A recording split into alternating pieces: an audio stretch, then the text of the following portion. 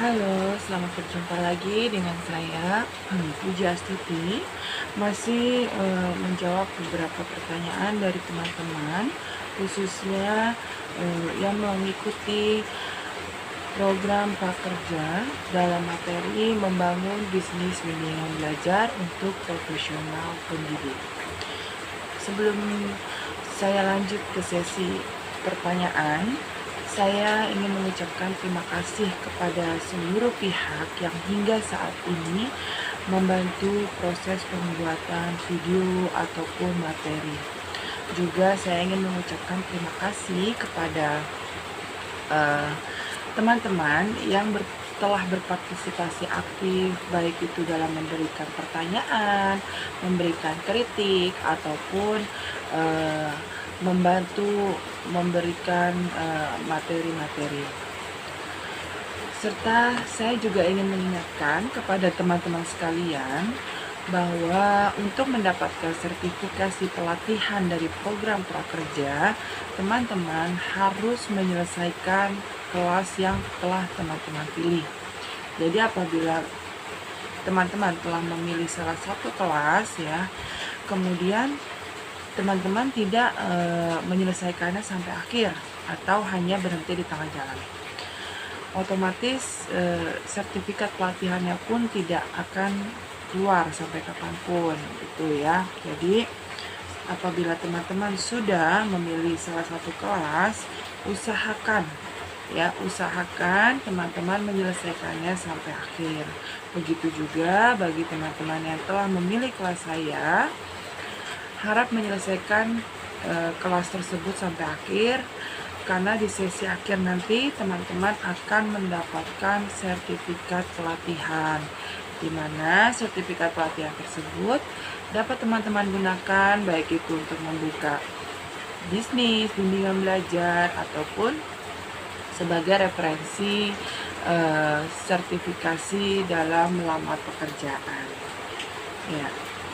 Masih seputar dunia pendidikan, kali ini juga saya akan menjawab beberapa pertanyaan dari teman-teman seputar jadi kalau kali ini ya saya sudah merangkum beberapa pertanyaan, dan pertanyaannya ini saya klasifikasikan gitu ya, jadi tidak lari kemana-mana gitu ya.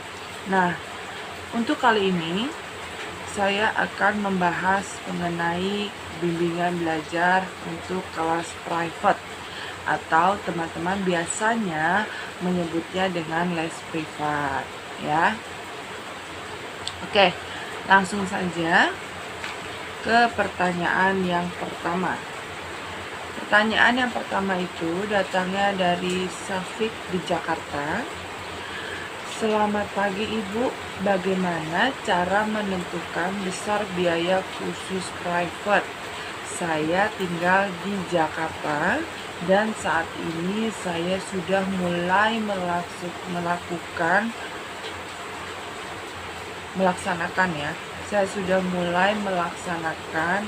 kursus privat ya, itu maksudnya menjalankan kursus privat. Oke. Perlu teman-teman ketahui bahwa tarif antara kelas yang disediakan oleh lembaga bimbingan belajar apapun itu pasti ada perbedaan dari segi kualitas pengajarannya, kemudian jumlah siswanya, kemudian kesempatan siswa untuk memilih beberapa fasilitas dan materi itu juga harus dipertimbangkan. Nah, untuk kelas private ini sendiri, di mana siswa memilih kelas private tentunya dengan harapan siswa mendapatkan beberapa dispensasi atau beberapa prioritas dari jasa layanan kita ini. Itu contoh sebagai siswa kenapa memilih privat ya.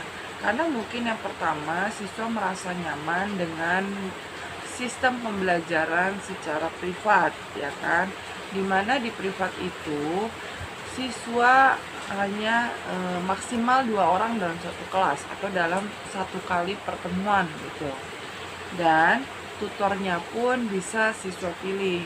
Apabila seperti di bimbingan belajar milik saya, Binuri Learning Center, kita menyediakan opsi untuk siswa dapat menentukan berdasarkan kelulusan, berdasarkan portofolio yang telah kita sampaikan, kemudian juga berdasarkan gender. Ya, mungkin ada beberapa wali siswa yang akan merasa nyaman apabila anaknya diajar oleh tutor dengan gender yang sama. Contoh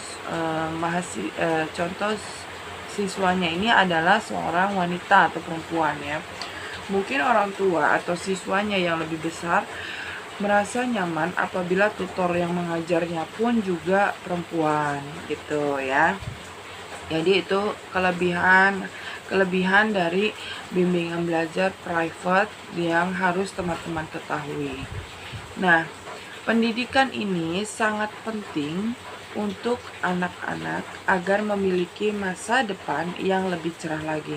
Oleh karena itu, kita harus tahu bagaimana cara menentukan biaya les privat ini apabila kita ingin membuka usaha di bidang jasa pendidikan ya. Mutu pendidikan di negara kita selalu direvisi dari tahun ke tahun. Seperti yang teman-teman ketahui dan mungkin seperti yang kita alami sekarang ini, di mana pemerintah sedang melakukan berbagai upaya agar masyarakat Indonesia khususnya yang masih menempuh pendidikan itu dapat dibentuk menjadi pribadi-pribadi yang siap pakai di dunia luas ya. Dalam artian ini adalah pendidikan ya. Pendidikan ini berhubungan dengan bagaimana sih mereka nantinya, berarti berhubungan dengan pekerjaan gitu. Otomatis revisi-revisi ini pun terus dilakukan oleh pemerintah. Ya, selain mengikuti perkembangan zaman, juga disesuaikan dengan kebutuhan dunia atau kebutuhan global saat ini. Nah, orang tua murid pun banyak yang akhirnya mencari tempat les privat untuk pelajaran anak-anaknya. Tujuannya apa? Agar mereka dapat memahami pelajaran di sekolah dengan baik sehingga mendapatkan nilai yang baik pula. Seperti itu. Nah, apabila teman-teman sudah memiliki tekad kuat ingin membuka les privat ya, tentu kita harus menentukan biaya yang akan diberikan atau yang akan disebar kepada siswa-siswi kita. Tujuannya, jika ada orang tua yang bertanya berapa biaya lesnya, maka kita telah siap dengan jawaban kita dan kita memiliki patokan tarif ya. Jadi tidak ya seikhlasnya deh Bu gitu. Jadi tidak seperti itu gitu ya. Karena apabila seikhlasnya bisa jadi kedepannya kita akan menemukan kesulitan sendiri. Apabila kita sebut seikhlasnya deh Bu gitu, otomatis semakin berkembang gitu. Bisa jadi tarif yang atau biaya yang diberikan, yang dikeluarkan oleh si orang tuanya ini tidak sesuai dengan apa yang mereka butuhkan gitu, apa yang mereka minta gitu, dan itu akan mendatangkan efek negatif juga kepada kita sebagai tutornya. Kenapa saya bilang efek negatif? Ya, karena tidak kita pungkiri, sekalipun kita melakukan usaha jasa ya, kita juga membutuhkan biaya operasional, dan apabila biaya operasional kita ini kurang terpenuhi, otomatis dalam memberikan jasa ini pun kita akan mengalami sedikit kendala gitu ya, atau sedikit merasa kok kayaknya terlalu murah ya gitu, atau dan lain sebagainya gitu. Nah, terus apa saja nih? Jadi yang pertama yang harus kita perhatikan adalah lokasi gitu ya.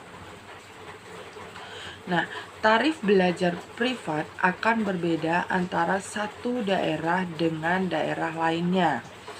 Karena apa? Dipengaruhi oleh biaya hidup yang dibutuhkan di masing-masing tempat. Sebagai contoh, berdasarkan artikel yang saya baca, tarif mungkin untuk di Bandung ya, untuk di Bandung itu berkisar antara 50 sampai 60.000 per sekali datang atau per pertemuan. Sedangkan di Bogor dia tarifnya lebih mahal sedikit ya, antara 60 sampai 70.000 per pertemuan. Dan begitu juga di Jakarta ya, karena pola hidup masyarakat di Jakarta, di mana Jakarta itu kan ibu kota ya, otomatis berbeda dengan pola hidup, juga income, termasuk juga kebutuhan itu berbeda dengan daerah ya. Jadi biasanya ya, berdasarkan artikel ini, tarif untuk biaya privat ya, privatnya ini adalah privat mata pelajaran eksak ya, seperti IPA atau matematika, itu berkisar antara 70 sampai 80.000.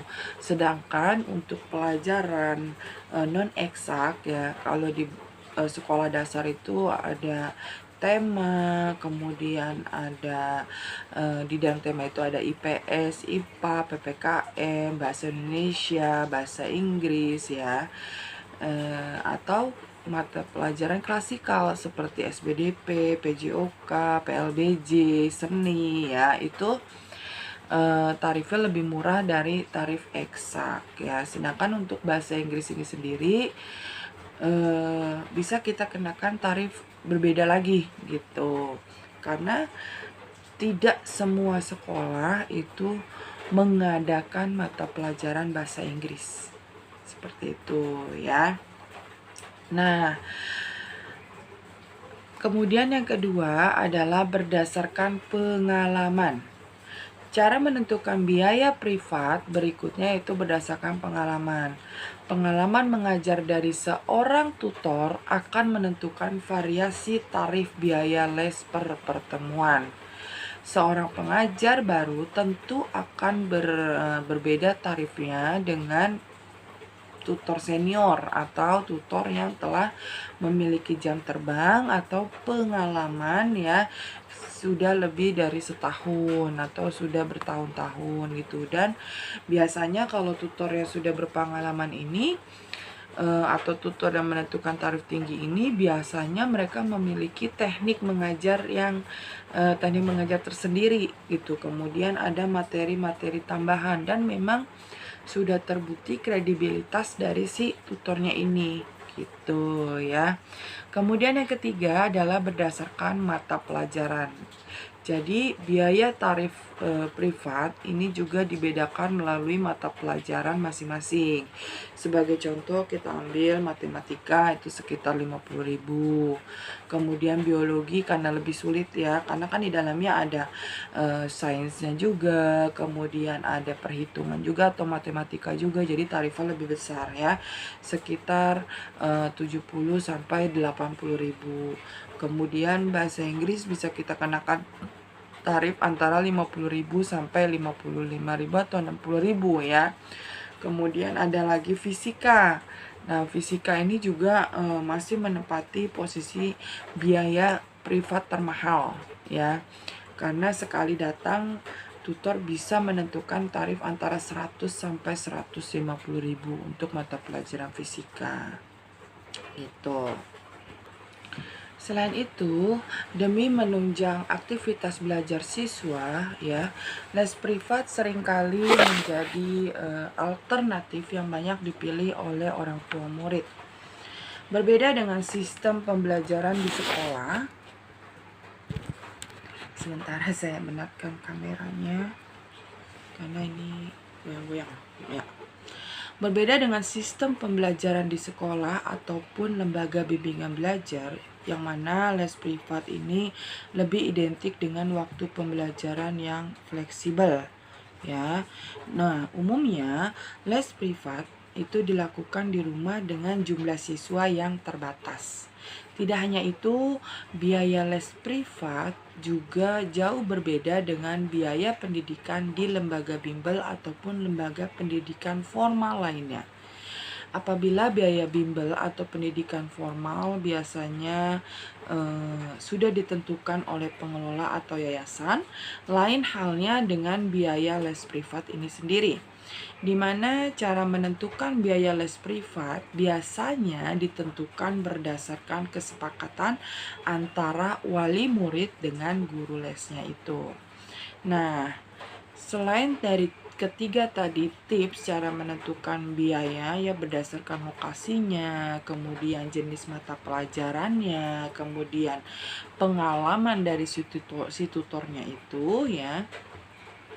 Yang keempat adalah kualifikasi guru les. Tidak bisa kita pungkiri ya jika jam terbang guru juga sangat berpengaruh pada harga dari jasa yang ditawarkan. Tentunya semakin tinggi kualifikasi guru yang diinginkan, maka wali murid juga harus bersedia dengan biaya yang lebih tinggi. Dalam hal ini, gelar pendidikan saja tentu tidak cukup. Namun, guru yang memiliki kualifikasi baik juga harus memiliki kemampuan mengajar dan menyampaikan materi secara baik, termasuk guru dengan kreativitas tinggi yang mampu menciptakan suasana menyenangkan saat belajar, sehingga ilmu yang didapatkan siswa lebih maksimal. Yang kelima adalah tingkat pendidikan dari siswanya itu. Pada setiap tingkat pendidikan atau level kesulitan dari materi yang diberikan sudah tentu jauh berbeda. Seperti level kesulitan mata pelajaran yang ada di jenjang SD dengan yang ada di jenjang SMA. Nah, karena perbedaan yang cukup mencolok ini, tidak heran apabila biaya les privat yang dibebankan pun nantinya jauh berbeda. Perbedaan level kesulitan ini juga berkaitan dengan kualifikasi guru yang nantinya harus dipilih, di mana semakin tinggi tingkat kesulitan materi yang dipelajari, maka harus semakin tinggi pula kualifikasi dari tutor yang akan kita cari ini. Kemudian yang keenam ya adalah jadwal dan durasi les privat. Cara menentukan biaya les privat selanjutnya dengan mempertimbangkan jadwal les. Seperti yang kita ketahui, les atau kursus privat memang memiliki keunggulan dari segi fleksibilitas waktunya.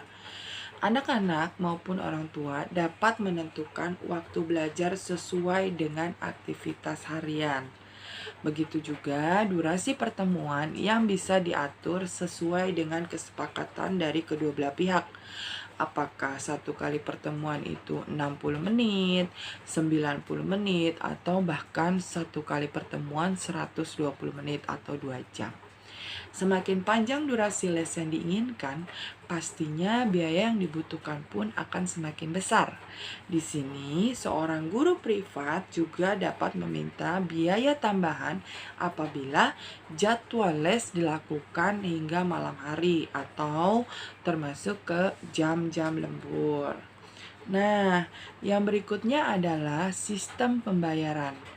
Meskipun biasanya biaya kursus privat ini dihitung per pertemuan, namun tidak menutup kemungkinan jika kita juga ingin menghitung biaya les berdasarkan paket. Cara menentukan biaya les privat ini biasanya dipilih oleh orang tua yang sudah cocok dengan tenaga pengajar dan ingin anaknya mendapatkan jadwal les yang lebih padat.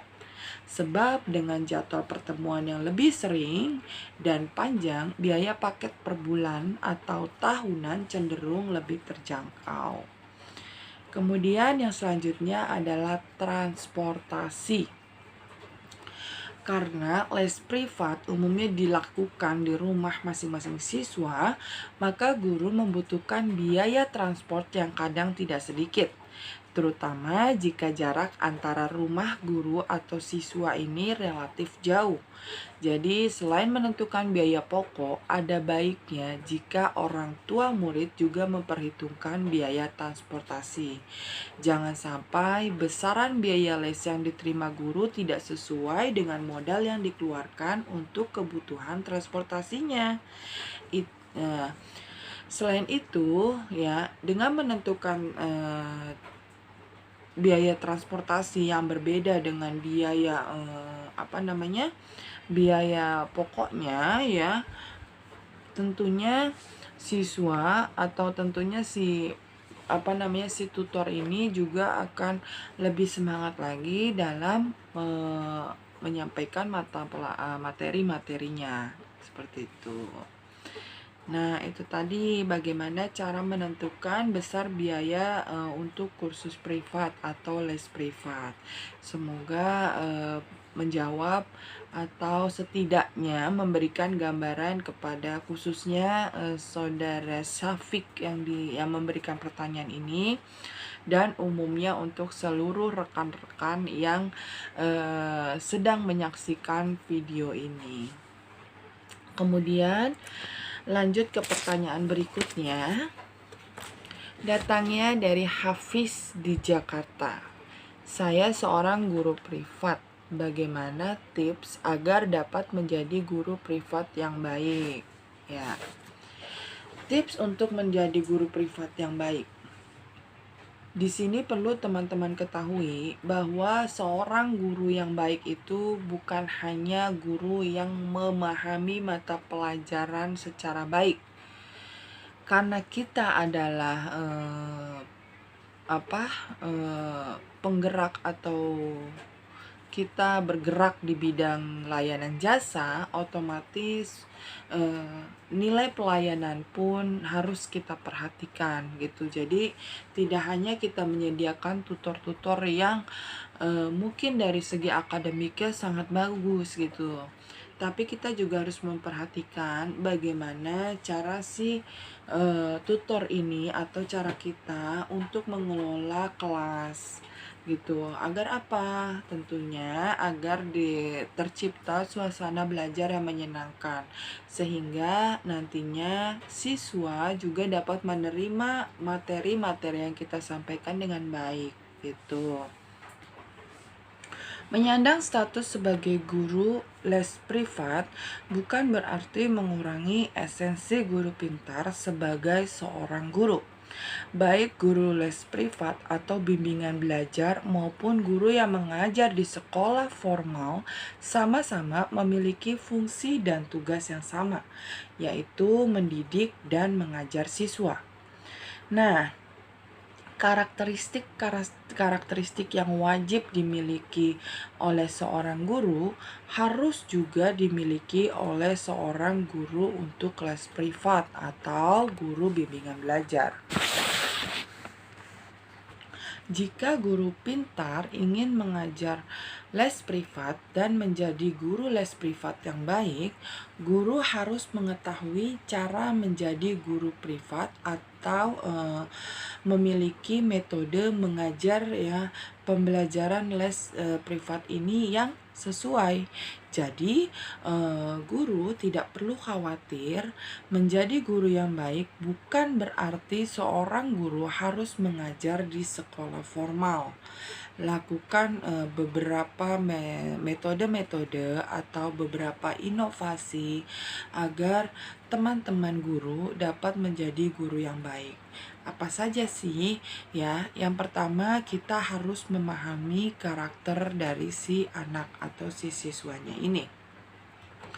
Guru les privat juga diharuskan memiliki kemampuan memahami karakteristik dari anak didiknya seperti haknya guru-guru di sekolah.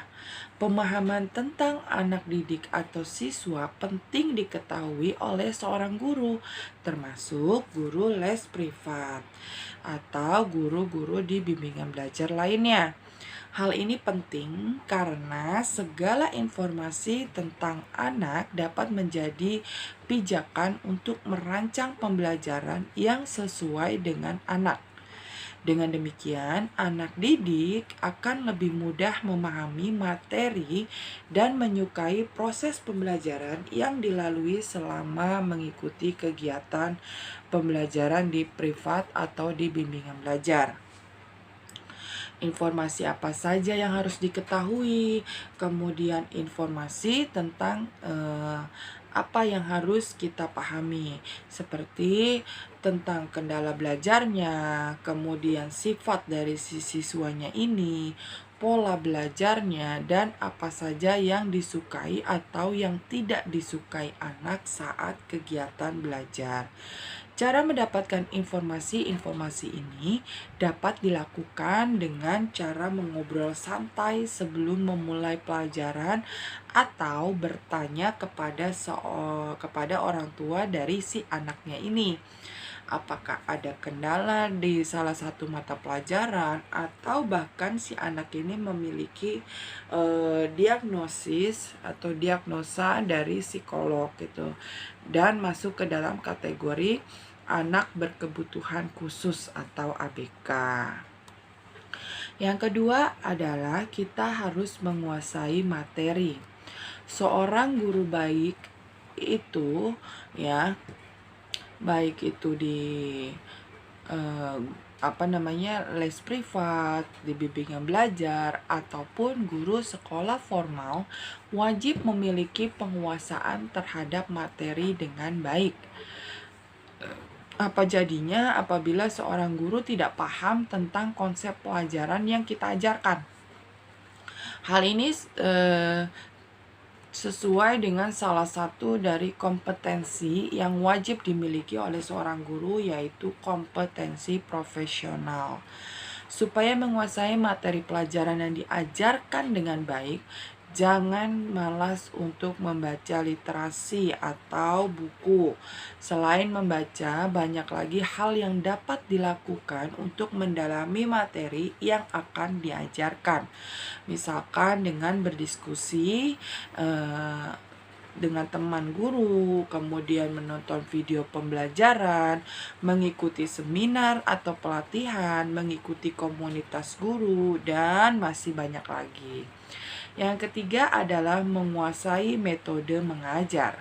Cara mengajar anak di tingkat SD, SMP, atau SMA tentu saja sangat berbeda. Sebagai guru les yang baik, kita harus memiliki pengetahuan tentang pendekatan-pendekatan, kemudian pengetahuan tentang strategi, dan juga metode pengajaran yang bervariasi. Hal ini untuk menyesuaikan dengan kebutuhan anak didik yang diajar di setiap tingkatannya. Selain itu, jika anak didik yang dibimbing hanya diajar dengan cara drilling terus-menerus, mereka akan lekas bosan dan semangat belajar pasti akan menurun. Ya, kompetensi ini termasuk dalam kompetensi pedagogis ya, atau yang syarat yang harus dikuasai oleh guru. Tidak ada alasan tidak bisa, karena ada banyak sumber yang dapat dijadikan sebagai referensi juga inspirasi, seperti dari buku, televisi, internet, kemudian teman sejawat, dan lain sebagainya. Yang keempat adalah mengatur waktu dengan baik. Mengajar les privat tentu waktunya tidak sepanjang dan sesering kegiatan belajar di sekolah. Oleh karena itu, sangat penting seorang guru les privat memiliki kemampuan mengatur waktu seefektif dan seefisien mungkin. Terlebih jika anak didik yang diajar banyak dan dalam kurun waktu yang berbeda. Salah satu cara menjadi guru les yang baik, terutama dalam hal pengaturan waktu, harus datang tepat waktu. Jangan buat anak didik menunggu lama, karena dapat menurunkan semangat belajarnya. Jika berhalangan, jangan lupa selalu berkomunikasi dengan anak didiknya atau dengan orang tuanya. diskusikan solusinya, misalkan dengan reschedule atau mengganti hari, atau menggabungkan beberapa pertemuan di pertemuan berikutnya gitu. Sebagai contoh, misalkan siswa A itu jadwal privatnya di hari Senin dan hari Kamis. Apabila di hari Senin ini dalam durasi 60 menit atau 90 menit ternyata si tutor berhalangan atau siswanya berhalangan, sedangkan jadwal kita mengajar privat di hari-hari lainnya itu sudah padat, maka kita bisa merapel ya. Sebagai contoh di pertemuan di hari Kamisnya ya, karena jadwalnya Senin dan Kamis gitu. Di hari Kamisnya kita bisa membuat pertemuannya ini menjadi 2 kali lipat karena mengganti di hari yang sebelumnya itu. Ya, apabila durasinya 60 menit berarti kita berikan 120 menit. 60 menit untuk mengganti waktu yang pada saat si tutor berhalangan atau siswa berhalangan, dan 60. Ya, mohon maaf teman-teman karena pembuatan videonya ini dilakukan di rumah ya. Malum karena saya adalah seorang ibu juga dari ketiga anak dan masih ada anak saya masih kecil, jadi ada gangguan-gangguan kecil ya. Oke, kita lanjutkan lagi ya. Jadi sebagai contoh dengan merapel tadi gitu. Apabila durasinya 60 menit, misalkan berarti di pertemuan berikutnya kita buat menjadi 120 menit. 60 menit yang pertama itu untuk mengganti waktu belajar yang tidak digunakan. 60 menit berikutnya adalah memang jatah dari hari itu gitu. Nah, yang kelima adalah berperilaku sopan dan berpenampilan menarik. Tidak hanya mengajar di lembaga resmi atau sekolah formal, bukan berarti kita sebagai tutor diperbolehkan bersikap seenaknya dan berpenampilan semau gue ya. Itu jangan sekali-kali. Apapun status yang disandang, mau itu guru SD, guru SMP, guru SMA, ya guru les privat atau guru bimbingan belajar, tetap harus menjaga wibawa dengan berpenampilan rapi dan bersikap sopan. Bagaimanapun seorang guru adalah panutan anak didiknya. Jadi harus mampu menjadi teladan yang baik. Berpenampilan rapi juga tidak harus mengenakan pakaian atau aksesoris yang mahal ya. Kenakan baju yang pantas, baju yang bersih, kemudian jangan lupa menggunakan parfum agar muncul aroma-aroma yang bagus ya, atau yang sedap gitu. Karena perlu diingat, penampilan guru akan selalu menjadi perhatian anak didiknya. Bersikap sopan dan baik juga akan mewujudkan pemberian teladan. Jangan sampai guru menjadi sumber inspirasi yang tidak baik bagi siswanya.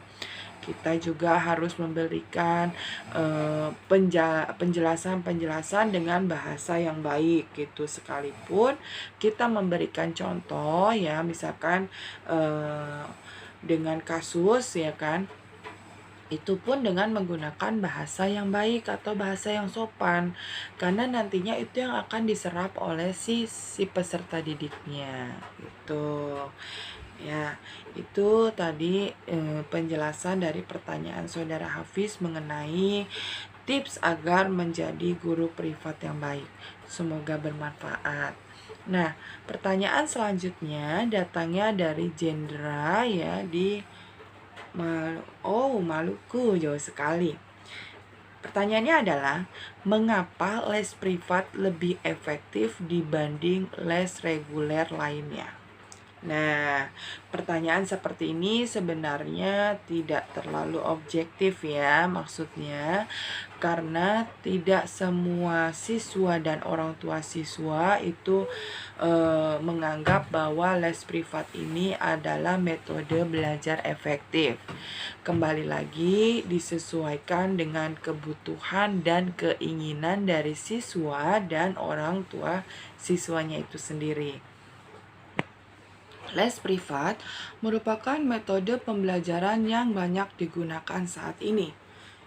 Les privat banyak dipilih untuk menunjang kegiatan belajar mata pelajaran sekolah maupun bahasa ya.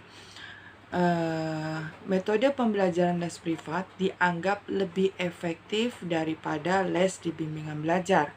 Mengapa? Oke, di sini saya akan memberikan beberapa fakta tentang keunggulan dari les privat dibandingkan dengan bimbingan belajar reguler. Tapi kembali lagi disesuaikan dengan persepsi setiap orang dan juga kebutuhan serta bagaimana kenyamanan dari siswanya itu.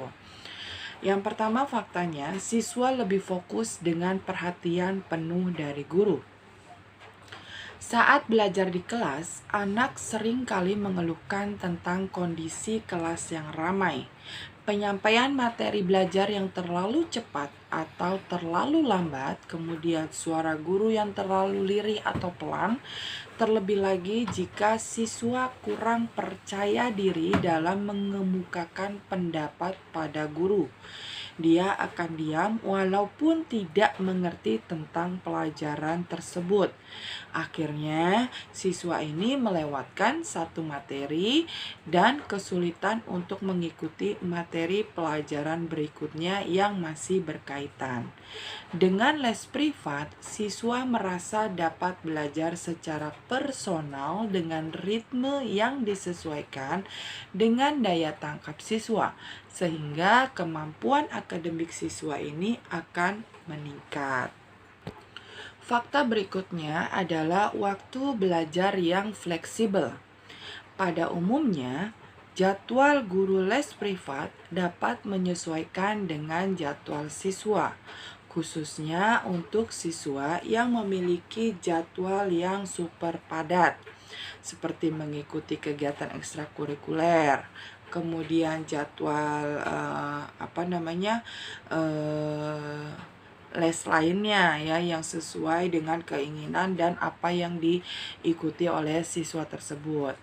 Tipe les privat dapat membantu siswa mengejar ketertinggalan di sekolah tanpa harus mengorbankan waktu pengembangan dirinya.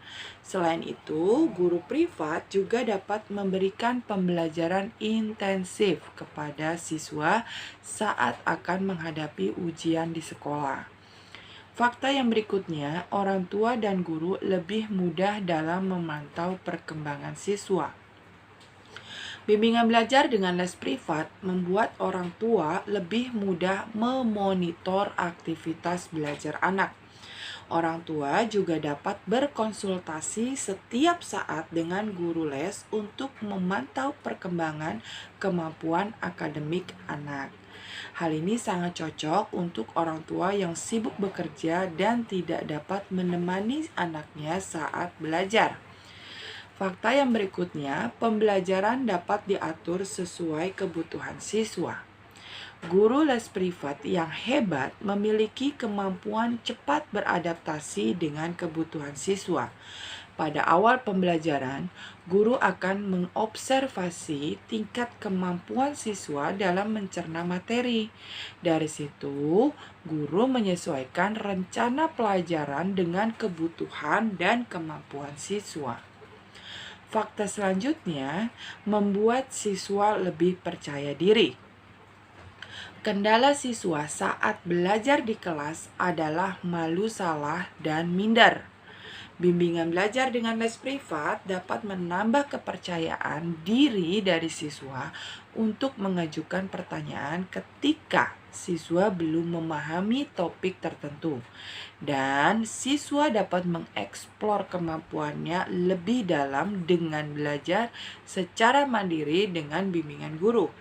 Selain lebih percaya diri, siswa juga dilatih menjadi lebih kritis dengan les privat, karena siswa dapat mengutarakan pendapatnya secara langsung dan bebas. Nah, fakta berikutnya bahwa les privat bisa belajar di mana saja. Belajar dengan les privat dapat memudahkan siswa memilih tempat belajar. Siswa yang tinggal di kota-kota besar yang macet, tidak ada kendaraan, biasanya lebih memilih belajar di rumah. Atau ketika siswa merasa jenuh, sesekali siswa dapat memilih belajar di luar rumah dengan didampingi oleh guru les. Tentunya setelah melalui kesepakatan dari orang tua, siswa, kemudian dari tutornya itu sendiri. Jadi, les privat menawarkan keunggulan-keunggulan yang tidak diberikan oleh bimbingan belajar non-privat lainnya. Bila karakter siswa cocok untuk berdiskusi secara privat, maka les privat adalah pilihan yang tepat. Ya. Les privat merupakan cara yang bagus bagi siswa untuk belajar lebih banyak tentang minat khusus mereka. Biasanya tidak selalu mengikuti kurikulum yang berlaku di sekolah. Banyak pengajar juga yang berinovasi atau berdasarkan dari kebutuhan dari si siswanya itu gitu. Namun, kurikulum yang sesuai dengan kebutuhan siswa dapat dipelajari di sekolah, yang pada akhirnya dapat meningkatkan produktivitas serta kemampuan belajar dari siswanya itu sendiri. Berkembangnya kurikulum TK, SD, SMP, dan SMA yang berbasis kelompok dalam kurikulum pada saat ini membuat kelompok kecil di kelas menjadi lebih besar. Hal ini tentu saja membuat kelompok kecil semakin sulit untuk diatur dan dikelola. Banyak guru tidak memiliki kemampuan dan kesempatan untuk mengatur kelompok-kelompok itu secara detail, sehingga kadang-kadang terjadi perselisihan di antara anggota kelompok. Maka perlu juga untuk membagi siswa dalam 4 atau 5 kelompok, ya. Seperti halnya yang ada pada sistem belajar. Pada les privat, dengan harapannya saat berdiskusi, kelompok para siswa lebih efektif untuk belajar dan cepat untuk menangkap apa yang sedang dipelajarinya. Terkait dengan pengertian les privat sendiri, kita bisa pahami pada penjabaran yang akan saya sampaikan berikut ini. Ya, jadi perlu diketahui bahwa pengertian dari les privat adalah pengajaran yang dilakukan guru di luar jam sekolah. Namun terdapat beberapa definisi berbeda tentang les privat ya. Antara lain, definisi yang pertama ya ada yang mengatakan bahwa les privat ini adalah pelatihan yang dilaksanakan pada siswa dengan atau tanpa bimbingan guru di sekolah yang berbeda dari sekolah asalnya, sehingga nantinya para siswa mudah untuk menentukan sendiri waktu terkait kapan ia akan belajarnya, kemudian berdasarkan jamnya dan tempat yang akan dilakukan. Dengan demikian akan membuat para siswa lebih efektif dan lebih nyaman dalam hal suasana belajar mengajar, guna meningkatkan ilmu para siswa itu sendiri. Definisi yang kedua, pada umumnya les privat adalah suatu kegiatan belajar mengajar mengenai materi khusus. Belajar dengan cara les privat memang memiliki kelebihan bagi siswa. Bagi siswa yang memiliki kebutuhan khusus dalam belajar, misalnya untuk mempelajari materi khusus, kurang bersemangat untuk belajar di kelas, dan ingin mempelajari lebih banyak, maka sangat disarankan melakukan les privat secara khusus guna meningkatkan skill bagi siswa itu sendiri. Melakukan les privat tentu ada manfaat yang dapat diambil keuntungannya. Antara lain dapat meningkatkan kreativitas dan inovasi para siswa. Kemudian siswa menjadi orang yang berprestasi. Selain itu, siswa memiliki rasa ingin tahu yang tinggi. Siswa juga memiliki rasa tanggung jawab dan kepedulian terhadap kelompok yang lebih kecil. Siswa terbiasa menjadi pemimpin dan berpartisipasi dalam kegiatan. Siswa juga dapat mengembangkan berbagai kemampuan dan keterampilan dengan menggunakan teknologi dan sumber daya lain seperti alat peraga. Selanjutnya, manfaat yang lain adalah siswa mampu membantu dalam kegiatan pemeliharaan sarana belajar dan mampu mengembangkan kreativitas dalam membuat berbagai macam kreativitas yang menarik. Manfaat lainnya, siswa dapat menjelaskan cara membuat peralatan khusus untuk mendukung kegiatan. Nah, selain itu, peningkatan ini mengandung perubahan yang signifikan bagi guru. Sebelumnya guru mengajarkan, sekarang guru meletakkan respon siswa, ya. Sebelumnya guru mengajar, sekarang guru membimbing. Pemecahan masalah yang dilakukan guru adalah dengan mengajar kembali materi yang sudah dipelajari oleh peserta didik.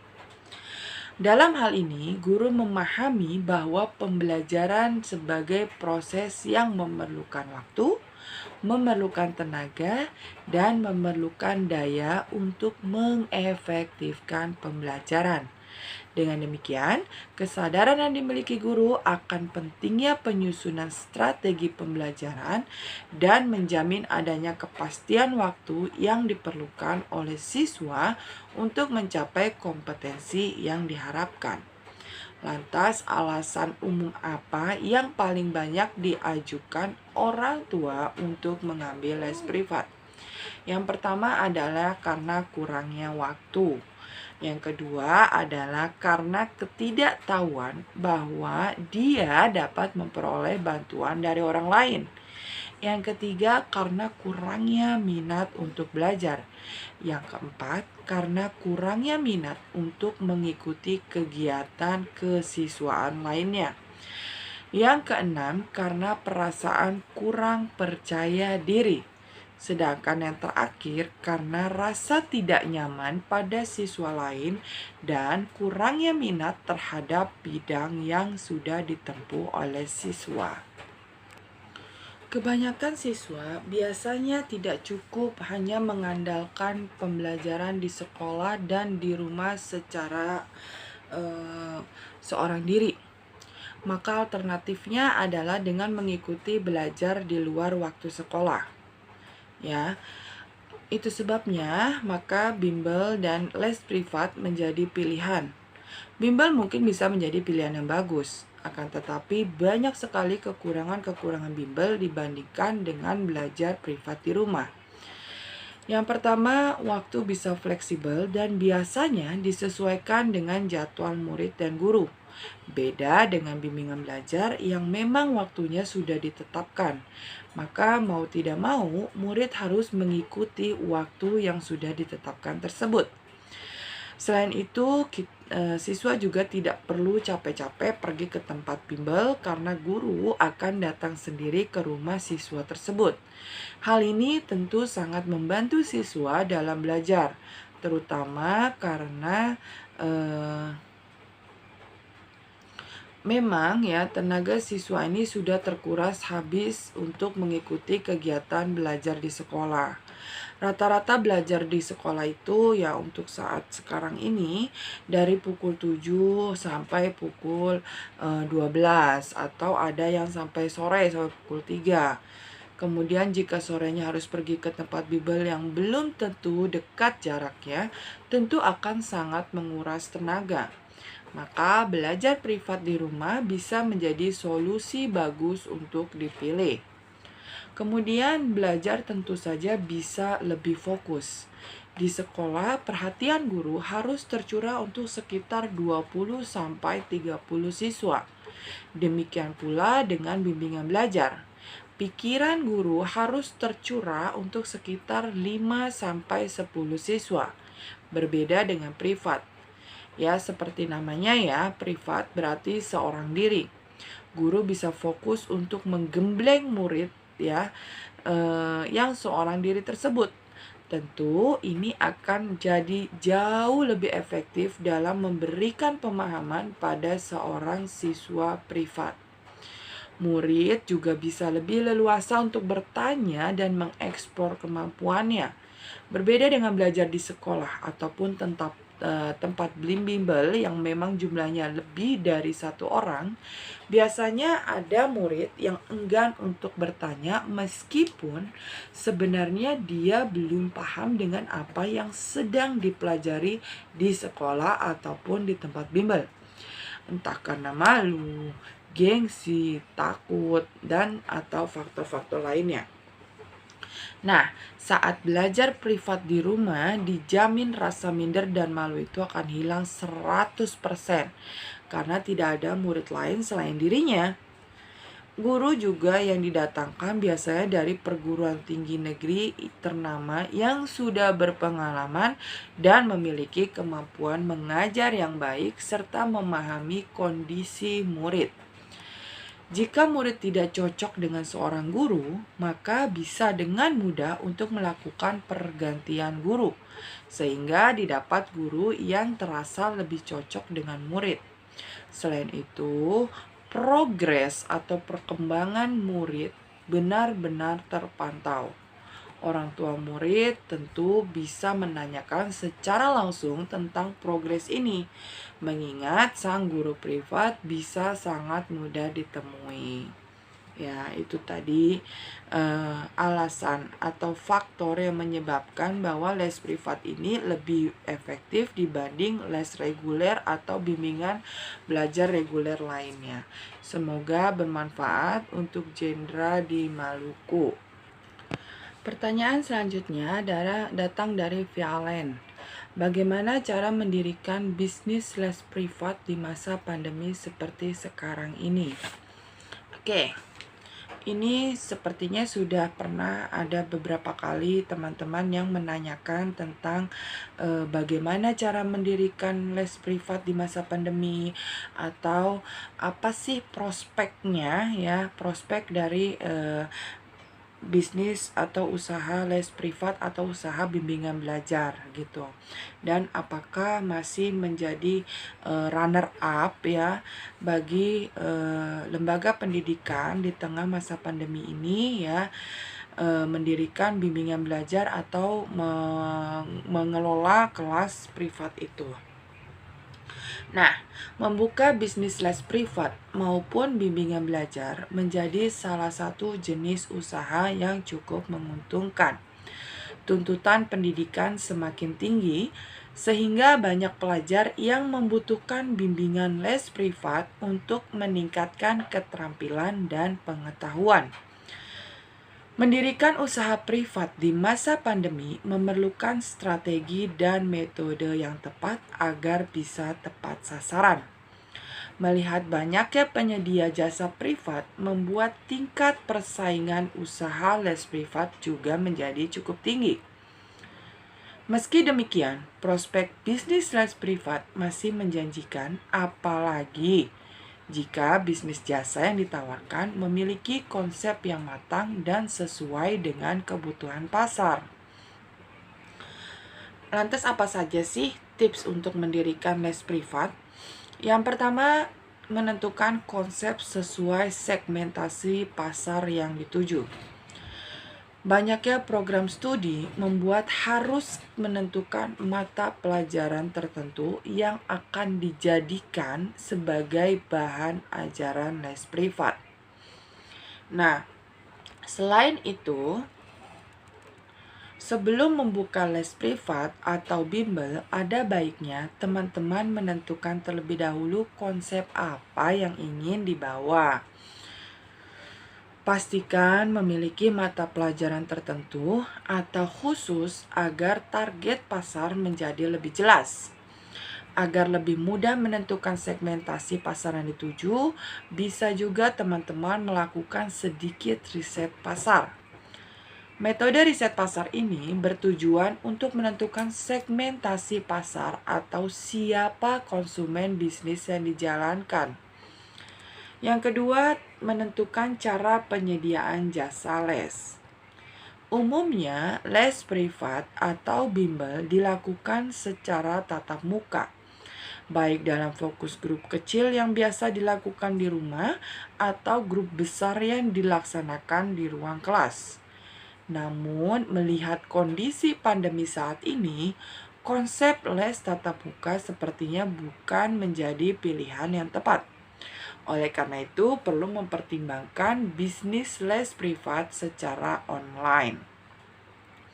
Nah, selain itu, kita juga harus memperhatikan mengenai kebutuhan dari siswanya itu, ya. Menyediakan jasa les privat online tentunya akan berbeda dari jasa les privat konvensional, karena tenaga pengajar dan pelajar hanya akan berkomunikasi dua arah melalui platform online yang tersedia. Melalui teknologi saat ini, penting peluang untuk membuka bisnis online ini semakin mudah untuk direalisasikan. Yang ketiga, dengan menciptakan brand image. Perlu adanya konsep yang matang sebelum menjalankan bisnis apapun itu, bahkan untuk les privat sekalipun. Dengan konsep yang matang dan perencanaan yang rapi, teman-teman dapat menjalankan bisnis dengan lebih nyaman, di mana jasa yang ditawarkan itu bisa tepat sasaran. Namun, membuat sebuah konsep tentunya tidaklah mudah. Harus membangun sebuah brand image agar konsumen mengerti tentang produk yang diberikan. Dengan kata lain, konsumen atau peserta didik jadi memiliki alasan untuk memilih jasa privat yang teman-teman sedang jalankan. Yang keempat adalah mempersiapkan SDM atau sumber daya manusia yang sesuai. Setelah konsep dan perencanaan bisnis ini sudah matang, langkah selanjutnya yang harus dilakukan ialah mencari sumber daya pengajar yang tepat. Jika berbicara soal sumber daya manusia, maka umumnya kualitas sangat menjamin kelancaran bisnis. Namun, pada segi pendidikan, tenaga kerja pembimbing tentunya harus tepat dengan lini ajar yang bisa dijalankan. Mencari seorang pembimbing memang tidaklah mudah. Namun, teman-teman dapat mencari kandidat yang memiliki motivasi diri untuk mengajar dan dapat menciptakan kondisi belajar yang menyenangkan, sehingga peserta didik pun lebih nyaman untuk belajar meningkatkan pengetahuan dan keterampilan. Nah, itu tadi beberapa tips mendirikan bisnis les privat. Pertanyaan selanjutnya, bagaimana cara membuat jadwal les yang baik? Ya, dalam membuat jadwal les, perlu teman-teman pahami bahwa yang kita perlu persiapkan adalah komunikasi di awal dengan antara si tutor dengan orang tuanya itu. Manajemen waktu sangat diperlukan dalam setiap lini bisnis produk maupun bisnis jasa yang akan kita jual. Untuk itu, teman-teman harus tahu cara membuat jadwal les privat yang tepat sehingga tidak bentrok dengan pelajaran antara satu murid dan murid lainnya. Jadwal pelajaran tersebut sebagai media praktis dalam mengatur jam belajar antar siswa. Murid juga memiliki pegangan jadwal kapan harus datang ke tempat belajar atau kapan waktu yang tepat untuk belajar. Selain itu, jadwal mempermudah teman-teman untuk menyampaikan materi pada siswa. Menciptakan suasana belajar yang kondusif bisa berawal dari membuat jadwal les yang tepat sehingga setiap murid memiliki jadwalnya masing-masing. Lantas, bagaimana cara membuat jadwal pelajarannya?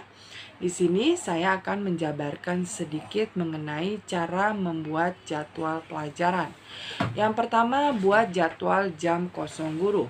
Biasanya jadwal mengajar Ya, biasanya jadwal mengajar dilaksanakan pada waktu siang hari setelah pukul 12 ke atas. Umumnya, para guru bimbel tersebut mengajar dulu di sekolah masing-masing sebagai kewajiban utamanya. Teman-teman juga harus berkoordinasi dengan mereka untuk meminta jam-jam kosongnya. Yang kedua adalah buat jam kosong murid. Cara untuk membuat jadwal les privat berikutnya yaitu menentukan jam kosong murid. Teman-teman harus bertanya jam berapa dan hari apa mereka dapat belajar. Setelah itu tinggal dicocokkan dengan jadwal jam kosong guru yang sudah kita punya. Selanjutnya ada konfirmasi pada gurunya. Yang ketiga, melihat kalender. Jangan lupa sebelum membuat jadwal pelajaran, maka Anda harus melihat kalender terlebih dahulu. Tujuannya yaitu untuk melihat tanggal libur setiap bulannya agar tidak terjadi ada jadwal belajar saat libur. Yang keempat, buat jadwal pelajaran untuk guru dan murid. Selanjutnya, teman-teman tinggal membuat jadwal pelajaran untuk pegangan guru-guru dan siswanya. Dengan demikian, mereka bisa belajar dengan baik dan tepat waktu. Yang selanjutnya adalah menyesuaikan dengan jadwal ujian. Saat ujian, biasanya siswa-siswi akan belajar lebih intensif baik di rumah maupun di tempat bimbingan belajar. Oleh karena itu, jadwal bimbel harus bisa fleksibel yaitu dapat menyesuaikan dengan jadwal ujian. Nah, teman-teman harus membuat jadwal pelajaran yang tepat agar tidak bentrok antara siswa dengan siswa atau guru dengan guru. Oleh karena itu, teman-teman harus tahu cara membuat jadwal les privat untuk guru dan siswa. Ya, demikianlah tadi penjelasan dari saya dan jawaban dari beberapa pertanyaan yang sudah saya rangkum ya, saya sudah kelompokkan. Nah, untuk sesi kali ini seperti saya sampaikan di awal bahwa sesi kali ini kita fokus untuk membahas les privat ya. Semoga apa-apa yang sudah saya sampaikan dapat bermanfaat dan dapat dijadikan referensi oleh teman-teman sekalian.